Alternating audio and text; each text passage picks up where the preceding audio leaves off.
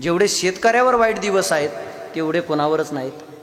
अहो 1-1 लाख रुपये पगार आहे पुण्या मुंबईच्या माणसाला, तरी सुद्धा त्यांचं अंतकरण असं असमाधानी आहे गुरुजी.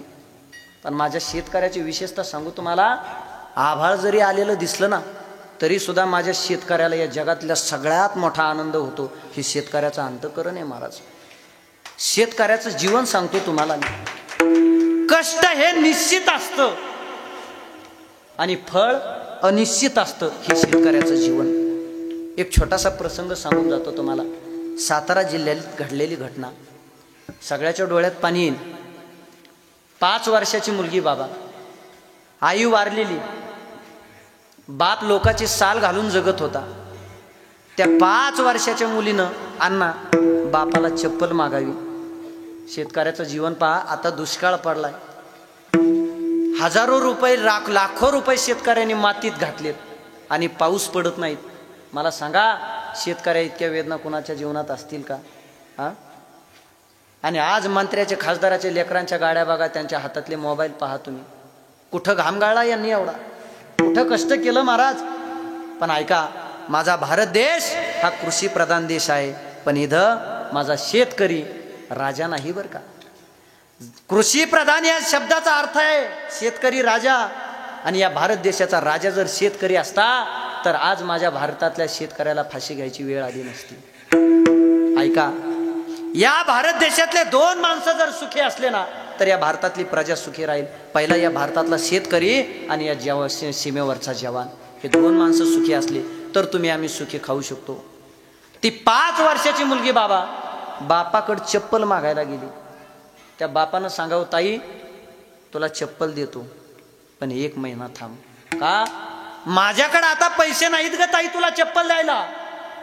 माझ्याकडे पैसे नाहीत, तुला 1 महिन्यानी चप्पल देतो. कशी देतो? उद्या मेथीची भाजी आणतो, शेतामध्ये टाकतो आणि ती मेथीची भाजी विकायला आली का 1 महिन्यानी ती विकून तुला चप्पल घेऊन देतो, तुला दप्तर घेऊन देतो, तुला शाळेचा ड्रेस घेऊन देतो. बाबा 2-4 हजार रुपये त्या शेतकऱ्यानं उसने आणली एक जणाकडून. मेथीची भाजी टाकली, त्याला खुरपण केली, त्याला खत केलं, पुन्हा 2-3 हजार खर्च झाला, 7-8 हजार रुपये खर्च झाला. 1 महिना रोज तो शेतकरी काय करायचा? त्या भाजीला पाणी घालायचा. एक स्वप्न डोळ्यासमोर ठेवून, काय? ही भाजी मोठी झाल्याच्या नंतर माझ्या मुलीला या भाजीतल्या पैशानं मी चप्पल आणेल, माझ्या मुलीला या भाजीतल्या पैशानं मी दप्तर घेईल, पुस्तकं घेईल. ही आशा डोळ्यावर समोर ठेवली त्यानं. 1 महिना झाला. पहाटे 5 वाजता मुलगी उठवली बरं का त्यानं. पहाटे 5 वाजता मुलगी उठवली आणि शेतात नेली, भाजी उपटली, 2 पोते भाजी निघली. त्याला वाटलं 4-5 हजार रुपये तरी येतील, माझ्या लेकराला चपला झाले तरी भरपूर झालं.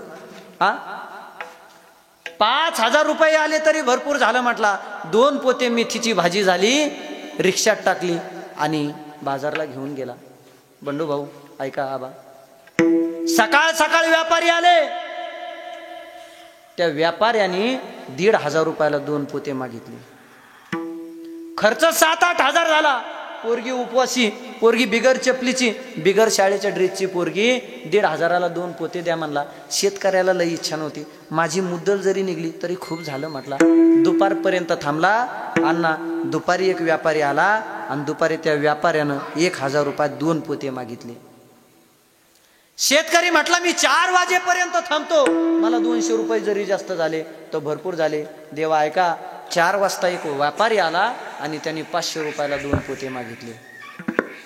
500 रुपयाला 2 पोते मागितले. त्या शेतकऱ्यानं आभाळाकडे पाहिलं, त्या देवाला हात जोडले आणि देवाला म्हणावं, हे देवा, अरे ऐक ना, मी फक्त जन्म कष्ट करण्यासाठीच घेतला का रे? 500 रुपयाला 2 पोते द्यायचे का? नाही तर हाय ती मेथीची भाजी तुला जनावराला टाकावी लागल. रडायला लागला. त्या चिमुकल्या 5 वर्षाच्या पोरीला जवळ घेतलं, डोक्यावरून हात फिरवला. ताई नाही घेऊ शकत तुला चप्पल. अगं मागच्या जन्माचं काहीतरी पाप केलं असेल मी, म्हणून शेतकरी म्हणून जन्माला आलो.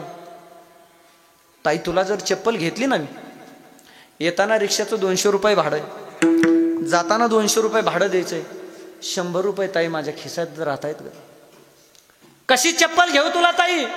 आणि ह्या जर 100 रुपयाची तुला चप्पल घेतली ना, घरी कोणाला मी माझं कष्ट दाखवू? कोणाला पैसा दाखवू? हे शेतकऱ्याचं जीवन आहे. शेतकऱ्याचा तो बाप सांगू का किती कष्ट करत असतो महाराज. एका कवीने सुंदर उदाहरण केलं. आयुष्यभर नशिबाशी झटला, तेव्हा माझा बाप मला डोंगरावानी वाटला. नांगराच्या संगे ढेकळे उसवत राहिला, नेहमी पोटावरती हात फिरवत राहिला. ते शेतकऱ्याचं जीवन. तुटलेल्या चपला घाली सुतळी बांधुनिया, अहो सुतळी बांधुनिया, भुकेचा बांध त्याचा कधी नाही फुटला, तेव्हा माझा बाप मला डोंगरावानी वाटला. हे शेतकऱ्याचं जीवन आहे. म्हणून मी सांगेन, इथं राजकारणी माणसं असतील नसतील, कदाचित आता 1-1.5 वर्ष आपली विधानसभा आली. अगोदर आमदार लोक कानाला धरायचे, सुकून ठेवायचे नाही. मी फिरतोय महाराष्ट्रभर, असे काही तालुके बघितले, जिल्हे घेतले, आमदार लोकांच्या सह्या बघितल्या. या आशिया खंडात फक्त जुन्नर तालुका एक असा तालुका आहे, एका तालुक्यात 11 धरणं आहेत.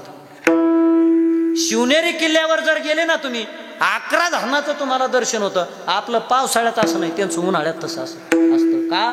ती लोक जागृत आहेत. मला एवढंच सांगायचंय, जीवन जगत असताना परमार्थ तर करा, पण तुमच्या आयुष्याविषयी, हिताविषयी जागृत राहा. कष्ट करताना प्रामाणिक कष्ट करा, पाप कधी करायचं नाही. विठाला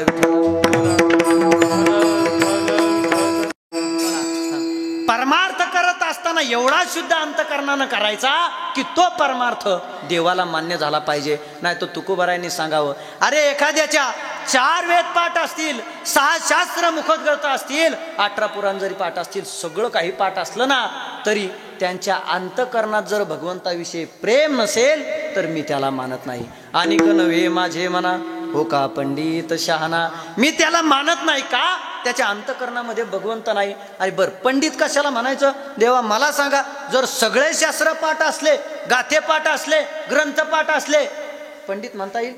तुकोबारायाची भाषा सांगतो, पंडित तो भला नित्य भजे जो विठ्ठला.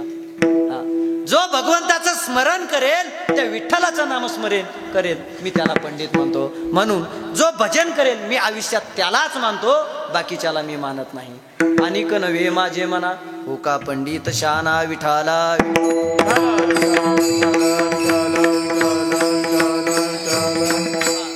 आला आता गणपती आला महाराज थोड्याच दिवसावर. गणपतीचा विषय असा आहे महाराज, आपले पोरं एवढा खर्च करतात, एवढा खर्च करतात. गणपती मेळा कशासाठी असतो? कशासाठी असतो? सगळं गाव एकत्र यावा, सगळ्यांनी एका विचारानं राहावं, म्हणून गणपती करावा लागतो.